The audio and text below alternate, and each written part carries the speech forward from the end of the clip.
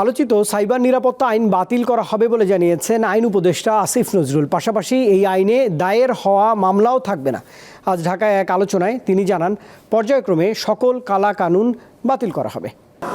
2023 সালের 13 সেপ্টেম্বর জাতীয় সংসদে বহুল আলোচিত সাইবার নিরাপত্তা বিল পাশ হয়। ডিজিটাল নিরাপত্তা আইনের কার্যক্রম স্থগিত করে আনা এই আইনের 4টি অজামিনযোগ্য ধারা রয়েছে। এই আইনে সর্বোচ্চ শাস্তি 14 বছরের কারাদণ্ড বা 1 কোটি টাকা জরিমানা। অজামিনযোগ্য 17 ধারায় বলা হয়েছে, যদি কোনো ব্যক্তি গুরুত্বপূর্ণ তথ্য পরিকাঠামোতে বেআইনি প্রবেশ করেন বা বেআইনি প্রবেশের মাধ্যমে ক্ষতি সাধন বা বিনষ্ট বা অকার্যকর করেন অথবা করার চেষ্টা করেন, তা হবে একটি অপরাধ। এরকম আরও বেশ কয়েকটি ধারা নিয়ে গণমাধ্যম সহ বিভিন্ন মহল অসন্তুষ্টি প্রকাশ করে আসছে।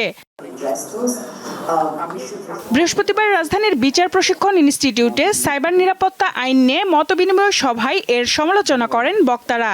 এই আইনের মাধ্যমে পুলিশকে অবারিত ক্ষমতা দেওয়া হয়েছে। পরিষ্কারভাবে 14 বোধহয় আছে যে সে যদি মনে করে যে আমি আমার সিস্টেম ব্যবহার করে সরকার বিরোধী একটা কাজ করতে পারি, তাহলে আমাকে আমার সিস্টেম সে সিজ করতে পারে। তো এইটা তো হয় না কোনো গণতান্ত্রিক দেশে। এই আইনটা যদি রাখা যায় কোনো না কোনোভাবে সংশোধনী করে, তাহলে মানুষের মনের যে পারসেপশন যে 5 আগস্টের পরে নতুন একটা বাংলাদেশ আসলো কিনা, সেই জায়গাতে আমাদের একটা বড় ধরনের সন্দেহ থেকে যাবে। আইনটির বিষয়ে দ্রুত সিদ্ধান্ত নেওয়ার কথা বলেন আইসিটি উপদেষ্টা। কোনোভাবেই আসলে এই আইনটা সম্পূর্ণ সংশোধন করেও এই নামটাও যদি রেখে দেয়, তাহলেও মানুষ এই আইনটাকে বিশ্বাস করবে না আসলে।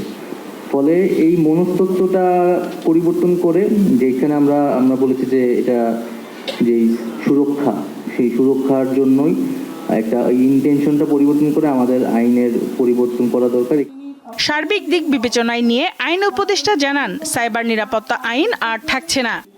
আমার মনে হয় অবশ্যই আমাদের ডিজিটাল সিকিউরিটি অ্যাক্ট বাতিল করা উচিত। সকল ধরনের কালা কানুন থেকে বাংলাদেশকে মুক্ত করব। আজকে ছাত্র জনতার বিপ্লবের মাধ্যমে যেই বাংলাদেশ গঠিত হয়েছে, বৈষম্যহীন শোষণহীন বাংলাদেশের স্বপ্ন নিয়ে, রাষ্ট্র সংস্কারের স্বপ্ন নিয়ে, আমাদের আইন সংস্কারের মধ্যে তার প্রতিফলন ইনশাআল্লাহ আপনারা পাবেন। তিনি জানান, বিতর্কিত এই আইনে দায়ের করা মামলাগুলো থাকবে না। আমরা এই সাইবার সিকিউরিটি অ্যাক্ট বা এর আগে পূর্বসূরি যে মামলাগুলো ছিল, সেগুলো আমরা সব প্রত্যাহারের উদ্যোগ নিয়েছি। কিন্তু আমাদের একটা ধারণা আছে কি, নাগরিক পরিসরে যে একটা আইন মন্ত্রণালয় বা স্বরাষ্ট্র মন্ত্রণালয় চাইলেই সব মামলা উদ্যোগ করে দিতে পারে একবারে। এটা সত্যি না। সাইবার সুরক্ষা নিশ্চিতে নতুন আইন করা হবে বলে জানান আসিফ নজরুল। বেসিক অ্যাপ্রোচ থাকবে সাইবার সুরক্ষা দেওয়া এবং নাগরিককে সুরক্ষা দেওয়া। সঞ্জিদা প্লাবনী, দীপ্ত সংবাদ, ঢাকা।